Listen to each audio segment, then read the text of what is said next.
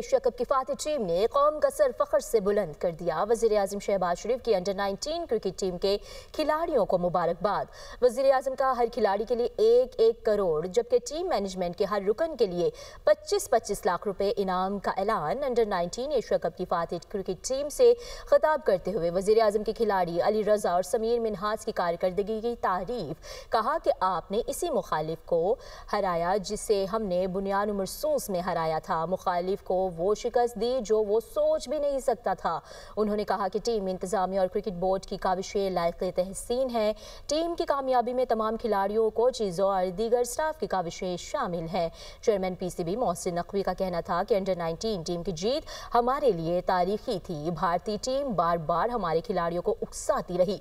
भारतीय टीम के रवैये से मुतालिक आईसीसी को आगाह कर रहे हैं। हमारे खिलाड़ियों ने सब्र तहम्मुल से काम लिया। सियासत और क्रिकेट को अलग रखना चाहिए।